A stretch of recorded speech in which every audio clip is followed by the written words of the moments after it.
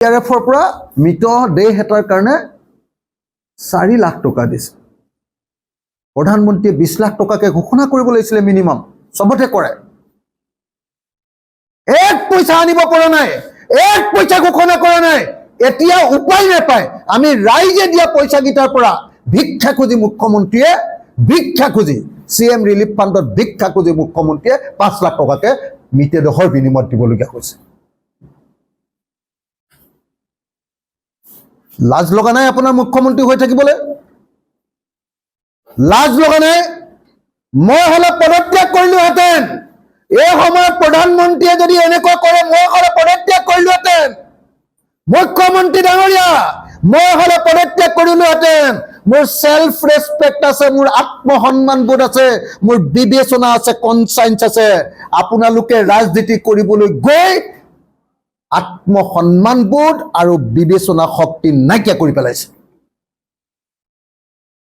প্ৰধানমন্ত্ৰীয়ে পইচা নিদিব, সব বস্তু তেল, কয়লা, সোণিল, চাহপাত, পৃথিৱীৰ যিমান আছে income tax, sale tax, GST সব দিম, টোল টেক্স সব দিম, সব দিম, সব দিম। মানুহ যেতিয়া মৰি শেষ হ'ব তেতিয়াও 1 টকাও সিহঁতি আমাক নিদিব, 1 টকাও সিহঁতি আমাক নিদিব দিল্লীয়ে। এইটো কি মানি ল'ম?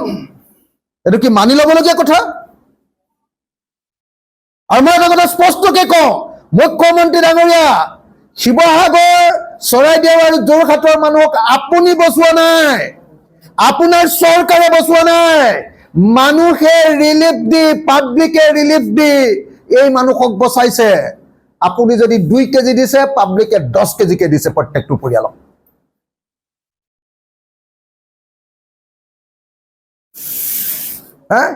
এটা উদাহৰণ দিলে হৈ গ'ল। আমাৰ ৰাইজে জীৱ জন্তুৰ কাৰণে খাদ্য দিয়া নাই। এতিয়া আপোনালোকে গৈ চৰকাৰে কিমান জীৱ জন্তুৰ কাৰণে খাদ্য দিছে চাই দিলে ৰিলিফৰ আচল চৰিত্ৰটো ওলাই পৰিব। মই কি ক'লো বুজিলে নে? এটা মানে মানুহে ধৰিব পৰা নাই কথাটো।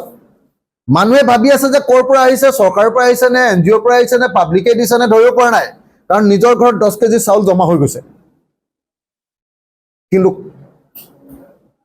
চৰকাৰৰ পৰা তাত হয়তো 2 কেজিহে চাউল আহিছে। 2 কেজি, অৰ্থাৎ অসমৰ ৰাইজে অসমৰ ৰাইজক বচাইছে। তেওঁলোকে যে প্ৰকৃত ৰিলিফ দিয়া নাই সেইটো চাই আহকগে। এটা গৰুৰ কাৰণে, এটা মহৰ কাৰণে, এটা ছাগলীৰ কাৰণে, এটা গাহৰিৰ কাৰণেও এতিয়ালৈকে ফোডাৰ দিব পৰা নাই। ফোডাৰ,